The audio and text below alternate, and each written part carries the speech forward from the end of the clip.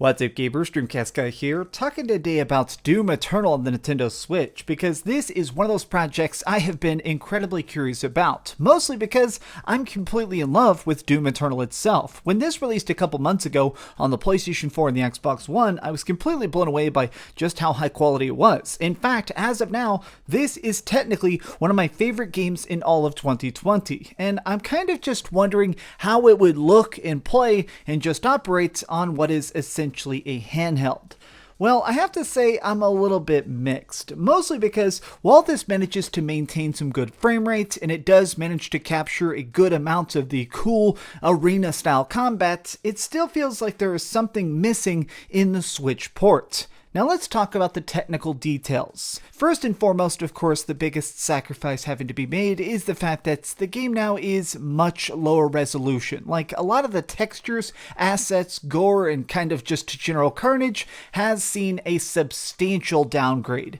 Now, the reason I'm saying this is because I feel like people who are only playing this on a Nintendo Switch might not realize the fact that a lot of the environments and stuff, definitely one of my favorite things about Doom Eternal, it managed to be so expansive in its world building. Like, of course, we're going to hell and trying to uppercut demons and stuff, but even when you're stopping and looking around the environments, there is such a chaotic attention to detail that I really admired. Like, when I was playing this back on PlayStation 4, there were so many times where I just kept stopping to gawk at different pieces of gothic architecture and stuff that in this game are severely diminished. Now, this isn't all bad. The major detail that I think is most important is the frame rate stability. Because a lot of times when there is a bad port of a game, the most annoying aspect to me isn't just some blurry visuals, it's when they keep having this like 30 frames a second, 20 frames a second, where the game itself just runs like trash. But I'm happy to confirm the game at least operates pretty decently. When it comes to frame rates,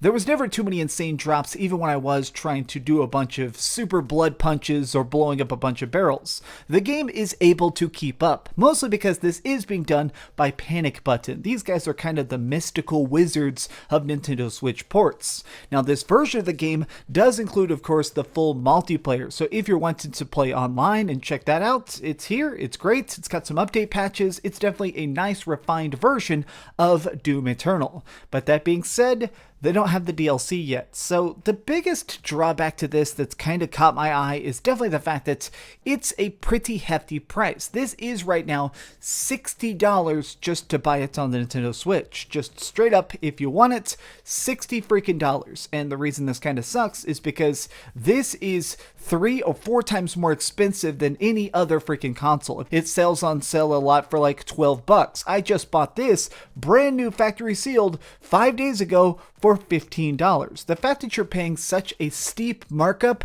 to have what is obviously and very objectively the worst version of the game is to me a bit of a detriment. I wish that this got a markdown, or I wish that this included a season pass. I do wish that if people were buying this 8 months later than the other systems, I wish they were having a chance to experience the best version of it, at least when it comes to bang for your buck. It's also important to note the fact that this is a digital only release, so if you're somebody like me that does enjoy some nice physical Switch games, unfortunately this is one of those games that, as of now, is digital only.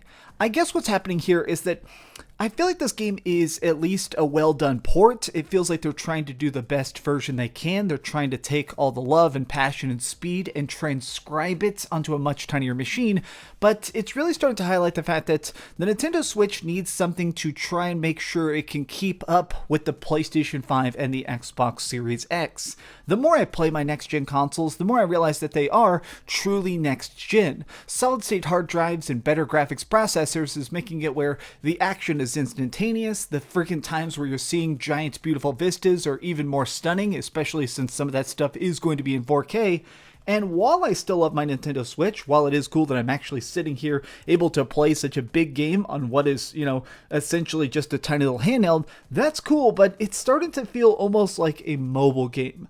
The biggest drawback to this is that Doom Eternal is easily one of the best experiences of the year, except if you're playing it on the Nintendo Switch. Now, some of the other things in this that I think are very important to note is the fact that the controls feel different. Now, for the most part, I did test it in handheld, but I mostly played it with one of these 8-bit DOE SN30 Plus. This is considered by a lot of Nintendo Switch gamers to be the best of the best when it comes to like your hardcore gaming controller. And while I was sitting down and playing this, it was good. It's definitely an experience that worked well. I think this controller itself is fantastic, but it feels like there's something inside the game that has been changed very fundamentally when it comes to the Nintendo Switch port. I believe that they've changed the speed of aiming. Now, when you're playing this on PC, of course, it is very, very instantaneous and very, very gratifying to get those instant headshots. And on console, if you're able to be a good console aimer like I am, I think I performed very, very well beating Doom Eternal and its DLC on the PlayStation 4. But now when I'm playing it on Switch, suddenly it seems like the aiming feels very, very off. It's difficult to tell if it is just a speed thing, as if they've made it where the sensitivity is much, much higher, but it seems like there's some sort of like compensation auto-aim system built into the code, making it where not only are you trying to play the game, it feels like it's trying to pull your reticle towards targets at times, which to me becomes counterintuitive because I already know how to shoot these freaking demons. That's what I'm here to do, and yet I feel like I would miss shots occasionally, even if I was doing what felt like an exact perfect shot. This issue specifically is something I've never really encountered before, so I'm kind of just taken aback. I've just never seen a game that manages to try too hard to help you out. I do wish that there was some sort of like functionality where I could tell it, I want to have the PlayStation 4 speed of controls, or maybe I could tell it, look buddy, I've already beat the DLC, I know what I'm freaking doing. It seems like this is one of those features that's trying its best to make the game better and is accidentally making it about 1% worse. Okay, so let's try and answer the question that I'm sure the most of you are asking, which is, how does this look and play when it comes to handheld mode itself? I don't care if it looks good on a TV or on a super powerful PC, I want to play this as a handheld on-the-go first-person shooter. Well, in that case, yes, it does look pretty dang good, but the biggest thing you do become aware of, especially in handheld mode, is those resolution dips. One of the major tricks that Panic Button as a developer does is what they call dynamic resolution, which means that at times, to try and compensate for the fact that there's different environments with different amount of enemies, it will actually scale up or down in accordance of it to try and make sure that the image quality is already pretty decent and the frame rate manages to be stable. So there are times where things get incredibly muddy and incredibly blurry, and the fact that this is the most expensive version of the game, it kind of makes it kind of disappointing of the fact that I paid $60 for a game that on handheld looks a little bit scummy at times.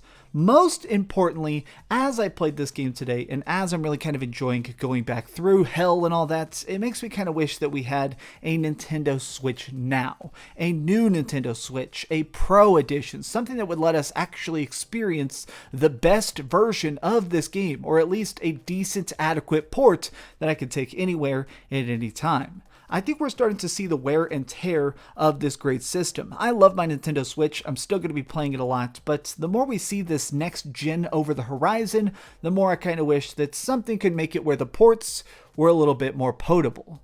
But these have just been some off-the-cuff thoughts. What do you think about Doom Eternal on the Nintendo Switch? Are you excited to buy it? Have you bought it already? Tell me your thoughts in the comments down below. And if you enjoyed this video, please give it a thumbs up, share with your friends, and subscribe if you haven't already. But do me the biggest favor of all, and keep dreaming.